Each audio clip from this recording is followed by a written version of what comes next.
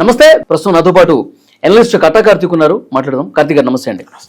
కార్తీక్ గారు, రెండు తెలుగు రాష్ట్రాలని కుదిపేస్తున్నటువంటి అంశం, మేడారం సమ్మక్క సారలమ్మ జాతరలో ఒక ముస్లిం చిరు వ్యాపారి వలి కోవా బన్ను అమ్ముతుండడంతో కొంతమంది యూట్యూబర్లు అక్కడికి వచ్చి నానా రచ్చ చేశారు. అసలు నువ్వు ముస్లిం, ఏమమ్ముతున్నావు, అసలు దీని మీద ఎక్స్పైరీ డేట్ ఉందా లేదా, అసలు ఈ కోవాలో నువ్వేం పెట్టావని చెప్పి అతన్ని భయపెట్టారు.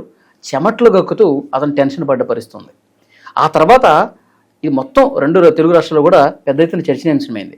రాజకీయ నాయకులు కూడా స్పందించే వరకు పరిస్థితి వచ్చింది. నారా లోకేష్ గారు స్పందించారు. ఎందుకు ఇంత చిల్లరగా ఎందుకు బిహేవ్ చేస్తూ ఉన్నారు, మతాన్ని ఎందుకు తీసుకొస్తా ఉన్నారు చిరు వ్యాపారుల మీద, నేను ఆయన ఇంటికి వెళ్తాను, కోవా బన్ను తింటాను, ఆయనకు నా మద్దతు ఉంటుందని కూడా ఆయన ట్వీట్ చేసినటువంటి పరిస్థితుంది. సో అంటే ఈ వ్యవహారాన్ని ఎట్లా చూడాలి, ఎందుకు ఇంత రచ్చ జరిగిన పరిస్థితుంది ఈ కేసులో? అంటే తోక పట్టుకొని తలనొదిలేస్తున్నారు అనేది నా బాధ. మొదట్లో ఈ విషయం స్టార్ట్ అయినప్పుడు ఇదేదో చిన్న విషయం అనుకుని దీన్ని వదిలేశాను నేను. కానీ క్రమంగా సోషల్ మీడియా మొత్తం కూడా ఈ కోవా బన్ను గురించే కూడా కూస్తూ ఉంది.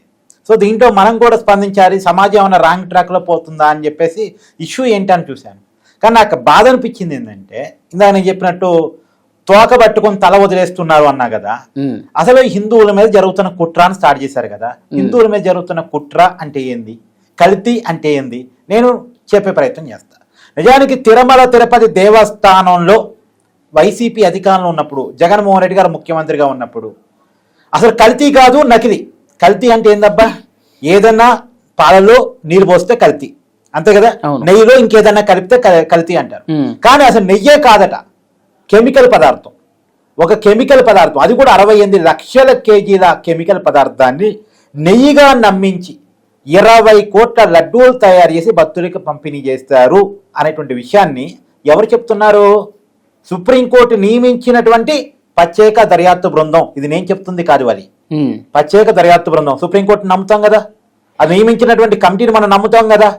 ఆ కమిటీలో సిబిఐ అధికారులు ఉన్నారు, ఆంధ్రప్రదేశ్ సిట్ అధికారులు ఉన్నారు, ఫుడ్ సేఫ్టీ అధికారులు ఉన్నారు. వాళ్ళు చెప్తున్నటువంటి నివేదిక ప్రకారం నకిలీ పదార్థాన్ని నెయ్యిగా నమ్మించి పంపిణీ భక్తులకి తిరుమల లడ్డూలో కలిపి పంపిణీ చేశారు అనేటువంటిది ఇచ్చినటువంటి ఛార్జ్ షీట్. రసాయనాలతో కూడినటువంటి పదార్థం.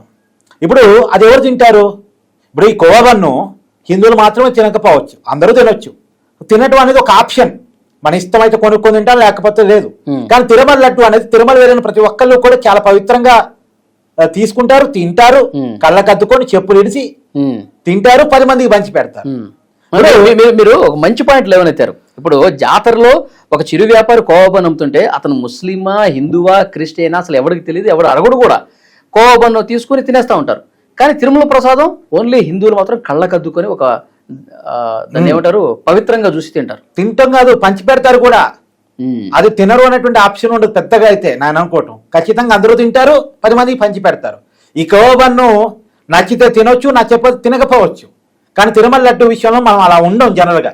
అయితే నేను అంటే ఏంటంటే, ఏకంగా దేవుడి ప్రసాదంలోనే రసాయనాల మిశ్రమాన్ని కలిపి మనకిస్తే దాన్ని ఎవరూ పట్టించుకోరెందుకు, దాన్ని ఎవరూ మాట్లాడరెందుకు? అది హిందువుల మనోభావాలతో ఆడుకున్నాడు, హిందువుల ఆరోగ్యాలతో ఆడుకున్నాడు. ఆ 68 లక్షల కేజీల కెమికల్ పదార్థం మన బాడీలోకి వెళ్ళిపోయింది కదా. జగన్మోహన్ రెడ్డి చేసిన అత్యంత పాపం కదా అది.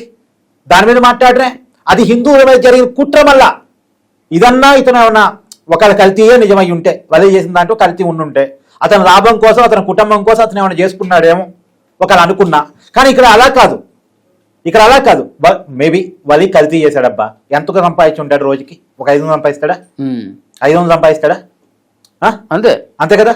ఇప్పుడు జగన్మోహన్ రెడ్డి ఆయన ప్రభుత్వ హయాంలో ఈ జరిగినటువంటి నకిలీ నెయ్యి వల్ల 235 కోట్ల కుంభకోణం జరిగిందని సిట్ రిపోర్ట్ చెప్తుంది. అంత కుంభకోణం ఇచ్చిన అంత డబ్బులే సంపాదించలేడు కావాలి, సాధ్యం కాదు కదా. బన్ను 10 రూపాయలండి, రోజుకి 100 బండ్లు వేసుకున్నా 1000 రూపాయలు అవుతాయి, అంతే కదా.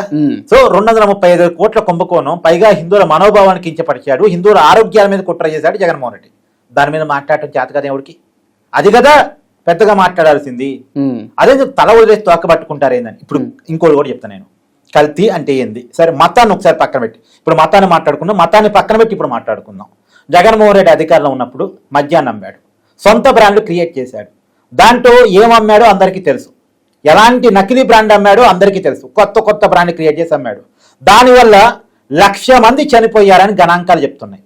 నేను చెప్తుంది కదా, గణాంకాలే చెప్తున్నాయి. కేంద్ర గణాంకాల శాఖే చెప్తోంది 1,00,000 మంది ఆంధ్రప్రదేశ్లో నకిలీ మద్యం వల్ల చనిపోయారు అనేది. జంగారెడ్డిగూడెం మరణాల సంగతి నీకు తెలుసు కదా, తెలుసు కదా. సో 1,00,000 మంది చనిపోవటం అంటే 1,00,000 కుటుంబాలు ఆగమైపోయినాయి. ఒక కుటుంబానికి కొడుకు ఆగమైపోయాడు, లేకుండా పోయాడు. తర్వాత ఒక అక్కకి తమ్ముడు, చెల్లికి అన్న, వీళ్ళంతా ఆగమైపోయారు, లేకుండా పోయారు. ఇప్పుడు 1,00,000 కుటుంబాలను ఆగం చేసినటువంటి అతి పెద్ద కల్తీ గురించి ఎవరు మాట్లాడరే? దాదాపు 3,200 కోట్ల ముడుపులు అందాయని చెప్పేసి ఆల్రెడీ సిట్టు ఎంక్వైరీ చేస్తుంది ఆ కేసుని. ఆ కేసులో కూడా మన సుప్రీంకోర్టు కాడికి పోతాం.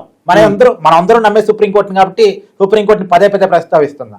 ఈ మధ్య రాజు కసిరెడ్డి ఏది మద్యం కేసులో A1గా ఉన్నటువంటి రాజు కసిరెడ్డి సుప్రీంకోర్టులో బెయిల్ కోసం వెళితే ఇది అత్యంత దారుణమైన ఆరోపణలు ఉన్నాయి, దానికి సంబంధించినటువంటి ప్రాథమిక ఆధారాలు ఉన్నాయి, ఇలాంటి వ్యక్తికి బెయిల్ ఇవ్వాలా, నేను ఇవ్వను అని సుప్రీంకోర్టు చెప్పింది. అవును, చెప్పిందా లేదా?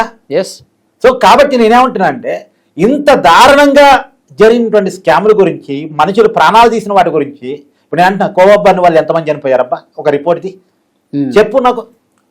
అసలు అది కల్తీయా కాదా, అసలు మంచిదా కాదా, అసలు ఫుడ్ సేఫ్టీ అధికారులు దాని మీద పరిశోధించి ఏం చెప్పలేదు కదా. ఫుడ్ సేఫ్టీ అధికారి నివేదిక లేదు, ర్యాబ్ రిపోర్ట్స్ లేవు. కానీ తిరుమల లడ్డూలో నకిలీ నెయ్యి అన్న దానికి NDDB ల్యాబ్ రిపోర్ట్ ఉంది, NDRI ల్యాబ్ రిపోర్ట్ ఉంది. అవును, సిట్ ఛార్జ్ షీట్ ఉంది. తర్వాత మద్యం విషయంలో సిట్ ఎంక్వైరీ ఉంది, మన కోర్టులో వేసిన ఛార్జ్ షీట్లు ఉన్నాయి, సుప్రీంకోర్టు కామెంట్స్ ఉన్నాయి. ఇప్పుడు నేను సొంత కవిత్వాలు చెప్పట్లా, ఎంక్వైరీ సంస్థల ఆధారాలే చెప్తున్నా. కానీ ఇక్కడ కోవా విషయంలో జర్నలిస్టులే పోలీసులు అయ్యారు, జర్నలిస్టులే సైంటిస్టులు అయ్యారు, అన్ని జర్నలిస్టులే పోషించి ఒకదాన్ని క్రియేట్ చేసి జనం మీద వదిలారు. కానీ అక్కడ అట్లా కాదు, పోలీసుల బాధ్యత పోలీసులు చేశారు, సైంటిస్టుల బాధ్యత సైంటిస్టులు చేశారు, మొత్తంగా నకిలీ విషయాన్ని కనిపెట్టి చెప్పారు. కానీ ఇక్కడ పాయింట్ మనం ప్రధానంగా చర్చించుకోవాల్సింది, ఆ చిరు వ్యాపారిని రోడ్డు మీద నిలబెట్టి మరీ ముఖం మీద మైకులు పెట్టి మరీ 100 ప్రశ్నలు అడిగారు కదా. జస్ట్ ఇతను 1,000 రూపాయలు 2,000 సంపాదించే ఒక చిరు వ్యాపారి. మరి ఇప్పుడు మీరు చెప్పిన ఉదాహరణలు చూస్తే 1,000 కోట్ల కుంభకోణాలు, కొన్ని 100 కోట్ల కుంభకోణాలు, జనాల ప్రాణాలు తీయటం కూడా. మరి ఇంత పెద్ద స్థాయిలో అక్కడ కనిపిస్తుంటే దాన్ని ఎవరు క్వశ్చన్ చేయట్లేదు ఎందుకని? భయం. ఎటు నుంచి ఏ గొడ్డలు వస్తుందో, అంత పెద్దోళ్ళతో మనకెందుకు, అంత పెద్దోళ్ళతో మనం పెట్టుకోవాలా, అంత పెద్దోళ్ళు చేసిన తప్పును ప్రశ్నించాలా? ఒక రాజకీయ పార్టీకి అధినేత, ఒక మాజీ ముఖ్యమంత్రి, ఓ పెద్ద కుటుంబానికి సంబంధించిన విషయం, దాంట్లో రాజకీయం ఉంది కదా అనేది. ఇప్పుడు అంత తప్పు చేసి ఎలా బుకాయించి బయట తిరగలుగుతున్నాడబ్బా? కనీసం ప్రత్యత్తాపం ఉందా? తప్పును ఒప్పుకోగలుగుతున్నాడా? బుకాయించి మొన్న అంబటి రామారావు ఇంటికి రాగలుగుతాడా? రోడ్ల మీద తిరగలుగుతాడా? అంత తప్పు చేసిన రోడ్డు మీద తిరగలుగుతాడా? వాళ్ళు ఏమో షేముకు పీద ఇంట్లో కూర్చోవాలి, జగన్మోహన్ రెడ్డి ఏమో తప్పు చేసి రోడ్డు మీద తిరుగుతాడు. వాళ్ళు తప్పు చేశాడంటానికి ఆధారం లేదు, కానీ జగన్మోహన్ రెడ్డి తప్పు చేశాడంటానికి ఆధారం ఉంది. కానీ జగన్మోహన్ రెడ్డి రోడ్డు మీద చేతులు ఒప్పుకుంటూ తిరుగుతాడు, వాళ్ళు ఏమో ఇంట్లో కూర్చుంటాడు. ఏంటబ్బా ఈ సమాజం? అంటే మనం నోరు మోసుకుని ఉంటే, పెద్దోడి విషయంలో చిన్నోడి విషయంలో వేరే రకంగా ఉంటే ఇలానే జరిగింది. ఇప్పుడు నేను అడుగుతున్నా అబ్బా, నేను స్ట్రైట్గా అడుగుతున్నా, హైదరాబాద్లో చాలా ప్రముఖ రెస్టారెంట్స్లో కోడి మాంసానికి బదులు కుక్క మాంసం అమ్ముతున్నారని, వాడట్లేదని, కుళ్ళిపోయినటువంటి మాంసాన్ని వాడుతున్నారని హైదరాబాద్లో చాలా రెస్టారెంట్స్ ని సీజ్ చేశారు. మళ్ళా వేరు పేర్లతోట, వేరు లైసెన్సులతో అవన్నీ ఓపెన్ అయి ఉంటున్నాయి. మరి దాని మీద ఎవడు మాట్లాడే, వాటి మీద ఎవడు ఫైట్ చేయడం? అని పెద్దవాళ్ళ మీద ఫైట్ చేయరా మీరు? హైదరాబాద్ లో బంజారా హిల్స్ లో మామోస్ తిని చనిపోయారు, దాని మీద ఎవడు మాట్లాడే? చనిపోయారు. ఇక్కడ కోవా బన్ను వాళ్ళు ఎవరు చనిపోయారు అంటానికి ఆధారం లేదు, కానీ మామోస్ తిని బంజారా హిల్స్ లో చనిపోయారు, దాని మీద ఎవడు మాట్లాడలేని ఆ రోజు ఈ జర్నలిస్టులు అంతా యాడికి పోయారు? ఇంకా నేను అడుగుతున్నా, ఇప్పుడు హైదరాబాద్ లో బంజారా హిల్స్ లో ఒక పబ్బులో ఈ మధ్య కాలంలో డ్రగ్స్ దొరికాయి, ఆ పబ్బును సీజ్ చేశారు, మళ్ళీ రీఓపెన్ అయింది, ఏం మాట్లాడరే? ఇప్పుడు నిజానికి పబ్బు గురించి మాట్లాడుకోవాల్సి వచ్చినప్పుడు అది భారతీయ సంస్కృతి మీద దాడి, హిందూ సంస్కృతి మీద దాడి, పైగా డ్రగ్స్ అమ్మకం. మరి దీని మీద కదా మాట్లాడాల్సింది, ఇది కదా హిందువులకి ఇబ్బంది కలిగించేగా ఉంది. అవును, ఇప్పుడు పబ్బు కల్చర్ మాట్లాడు, పబ్బులు అమ్మే డ్రగ్స్ మీద నువ్వు మాట్లాడు, ఫైట్ చేయవు. హైదరాబాద్ లో ఉన్నటువంటి రెస్టారెంట్స్ మీద మాట్లాడు, దాంట్లో కల్తీ ఆహారం మీద మాట్లాడు. బయటికి పోతే తినే ప్రతి ఫుడ్ కల్తీయే కదబ్బా. ఇప్పుడు అంతెందుకు, నువ్వు పొద్దున్నే కొనే పాల నుంచి, వాడే నూనె నుంచి ఏది కల్తీ కాదు. ఇప్పుడు కల్తీ అంటే విధిస్తున్న లాజిక్ ఏంది? 10 రూపాయలు గట్టి అమ్మగలుగుతున్నాడు, అదే కదా లాజిక్, అదే కదా. నేను ఒకటి అడుగుతా చెప్పు, ఇప్పుడు కేజీ పల్లీలు ఎంత? 150 రూపాయలు 160 రూపాయలు ఉన్నాయి. 4 కేజీల పల్లీలతో 1 కేజీ ఆయిల్ పల్లి నూనె వస్తుంది అనుకో, అంటే దాదాపు 600 రూపాయల విలువైనటువంటి పల్లీలతోటి 1 కేజీ నూనె వస్తుంది. అప్పుడు ఎంత ఉండాలి కేజీ నూనె విలువ? 700-800 ఉండాలి. కానీ ఇప్పుడు నీకు 200కి 230కి కేజీ నూనె ఇవ్వగలుగుతున్నాడు అంటే అది కల్తీ కాదా? నువ్వు తాగే పాల ప్యాకెట్ కల్తీ కాదా? నువ్వు బయటికి పోయేటువంటి తినే ప్రతి ఫుడ్ కల్తీయే కదా. ఓకే. ఇప్పుడు ఈ కల్తీ చేసే వాళ్ళు హిందువులు ఉన్నారు, ముస్లింలు ఉన్నారు, ఇతర మతాల వాళ్ళు ఉన్నారు. ఒక మనిషి ఇంకో మనిషి మీద కల్తీ చేస్తున్నాడు, మతం కాదు ఇక్కడ, లాభం కోసం. కానీ హిందువుల మీదే మాట్లాడాల్సుకున్నప్పుడు జగన్మోహన్ రెడ్డి చేసింది హిందువుల మీదే. ఎందుకంటే దేవస్థానంలో కదా చేసింది, దేవుడి ప్రసాదంలో కదా చేసింది. అది పూర్తిగా మతానికి మనం పరిమితం చేయాలి. అక్కడ కదా హిందూ సంఘాలు మాట్లాడాల్సింది, అక్కడ కదా హిందూ అభిమానులు మాట్లాడాల్సింది. అసలు హిందువులకు కోపం రావాల్సింది అలాంటి పెద్ద కేసుల్లో కదా. మరి దాని మీద మాట్లాడనే అప్పుడు రేవన్నోరు ఇప్పుడు లేస్తుంది ఎందుకు? పెద్దోడి మీద మాట్లాడటానికి భయం, చిన్నోడి మీద అయితే, ఎందుకంటే వది బుకాయించలేడుగా, వది గదమాయించలేడుగా. మనం గట్టి గద్దిస్తే భయపడతాడు అతను. కానీ జగన్మోహన్ రెడ్డి భయపడ్డగా, గొడ్డలు తీస్తాడు, కత్తి తీస్తాడు, చాకు తీస్తాడు, మళ్ళీ అధికారంలోకి వచ్చి అక్రమ కేసు పెట్టి లోపలేస్తాడు అని ఒక భయం. కార్తీక్, మీరు ఇంత నిర్భయంగా మాట్లాడుతున్నారు, మీకు భయం లేదు మరి? ఏమైంది అబ్బా, ఉన్నది ఒకటే ప్రాణం, ఏమైంది? ప్రాణం తీస్తాడా? ఉండేది ఒకటే ప్రాణం.